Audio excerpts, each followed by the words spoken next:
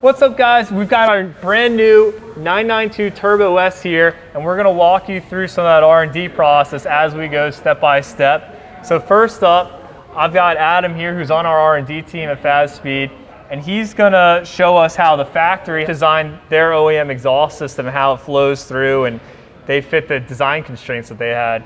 So Adam, first up here, we've got our exhaust manifold covering a lot of heat shielding here. So is that a cast unit or what's going on? Yeah, so for the twin turbo, they use a cast header manifold that runs straight into the turbo. It's got this very large cat flange that runs right into the cat. What's the benefit of having a big flange straight into the cat? So one of the large benefits of it is a more even flow into the cells of the cat for a better flow and better efficiency. Okay, so they're really trying to get the most that they can while still conforming to the emissions restrictions they have to do, right? Absolutely. Come on over to the exhaust here, it's already off the car. So it's straight out of the turbo into the cat here, through here, and now we're going into the muffler. So walk me through what's happening inside of the muffler. What we've done is we've used a borescope to kind of map the inside of this I'm chamber. gonna stop you right there. What is a borescope? So a borescope is a camera. On the one end, you've got a screen, and you can force that borescope through all the pipes and kind of get an idea of what's going on and how this was actually built. Gotcha. So you got a camera and you're looking inside of here. Correct. All right, so once the exhaust flows in the muffler, what's next? Okay, so once the exhaust flows into the muffler, with these valves closed, all the gas gets forced into a little channel here.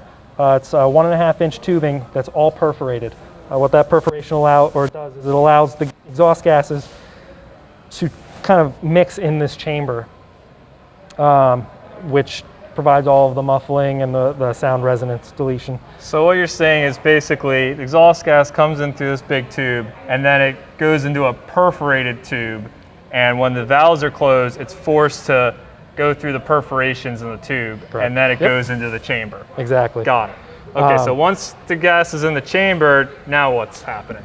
So once the gas is in the chamber, its only escape is these two 1.5 inch exhaust tips here.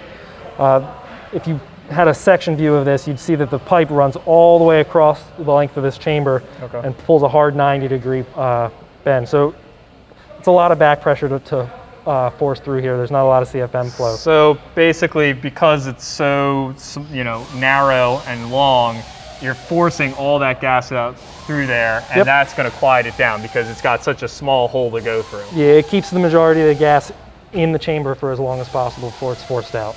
Gotcha. So that's going to help, I guess, with like drone, resonance, volume. Yep. Gotcha. Exactly.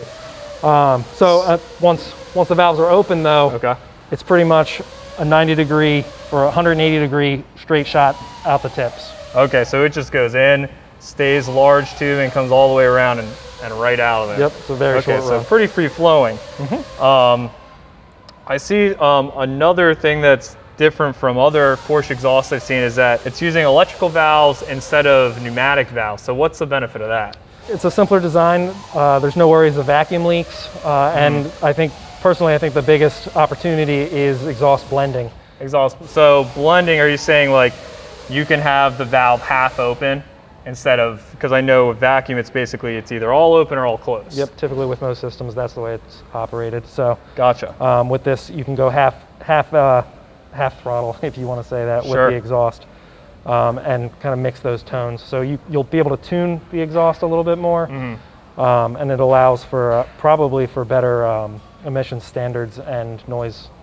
Gotcha. Okay. Yeah. Porsche's obviously designed a really complex system and a small package here to keep it quiet and fit it in this tight space here. But we're obviously at work trying to make it a good bit louder, more aggressive. Yep. Get that tone that we're looking for. So if you guys like what you've seen, follow us on Instagram, subscribe on YouTube, and we're going to keep walking you through the R&D process and releasing regular videos about it. So until next time, guys, have a good one.